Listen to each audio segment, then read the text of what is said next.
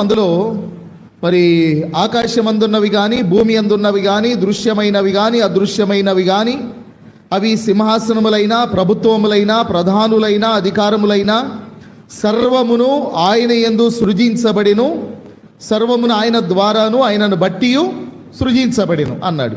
ఇక్కడ ఆయన అన్నప్పుడు మనం ఎవరిని జ్ఞాపకం చేసుకుంటున్నాం? ప్రభు అయిన యేసుక్రీస్తుని. ప్రభు అయిన యేసుక్రీస్తు ఆయన అన్నిటికంటే ముందుగా ఉన్నవాడు, ఆయన అన్నిటికీ ఆధారభూతుడు కనుక ఆయన యందు ఆయన ద్వారా ఆయనను బట్టి మరి సమస్తమును సృజించబడెను అనే మాట మనం చూస్తూ వచ్చాం. ఈ వారం 17వ వచనంలో మనం జ్ఞాపకం చేసుకుంటాం. 17వ వచనంలో మరలా ఆయన అన్నప్పుడు ప్రభైన యేసుక్రీస్తు అని గుర్తుపెట్టుకోవాలి. ప్రభైన యేసుక్రీస్తు అన్నిటికంటే ముందుగా ఉన్నవాడు, ఆయనే సమస్తమునకు ఆధారభూతుడు అన్నాడు. ఆయన అన్నిటికంటే ముందుగా ఉన్నవాడు.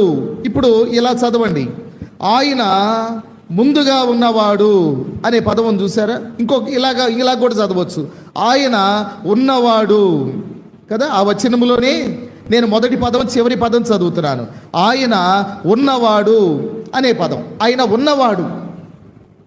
మనం నేను ఉన్నవాడను అనే మాట ఎక్కడికి జ్ఞాపకం చేసుకుంటాం? మనం నిర్గమకాండంలో మండుచున్న పొద, దేవుడు ప్రత్యక్షమైనప్పుడు పొద నడిమిన మరి మోషేతో దేవుడు మాట్లాడుతూ ఉండగా నీ వెళ్ళి ఇశ్రాయేలీలను విమోచించు అని చెప్తూ ఉండగా మోషే అడుగుతాడు కదా, నీ పేరేమి? వాళ్ళు అడిగితే నేనేం చెప్పాలి అన్నప్పుడు నేను ఉన్నవాడను అని అన్నాడు.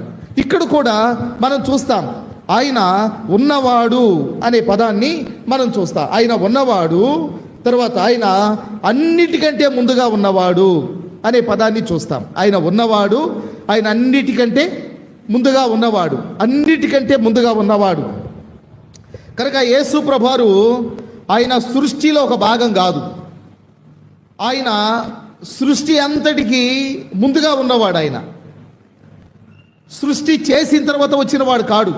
ఇప్పుడు దేవుళ్ళు దేవతలు అనబడ్డ వాళ్ళందరూ కూడా సృష్టి వచ్చిన తర్వాత వచ్చిన వారు వీళ్ళందరూ కూడా.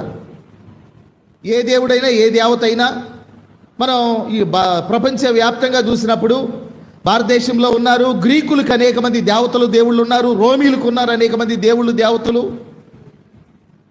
ఏ దేవుడైనా ఏ దేవత అయినా సృష్టి వచ్చాక దేవుడు సృష్టిని చేసిన తర్వాత వచ్చిన దేవుళ్ళు వీళ్ళందరూ కూడా. కానీ యేసుక్రీస్తు ఆయన సృష్టికి ముందుగా ఉన్నవాడు, ఆయన అందరికంటే ముందుగా ఉన్నవాడు, అన్నిటికంటే ముందుగా ఉన్నవాడు. ఆయన ప్రకటన గ్రంథంలో ఇలా చెప్పాడు. ప్రకటన గ్రంథం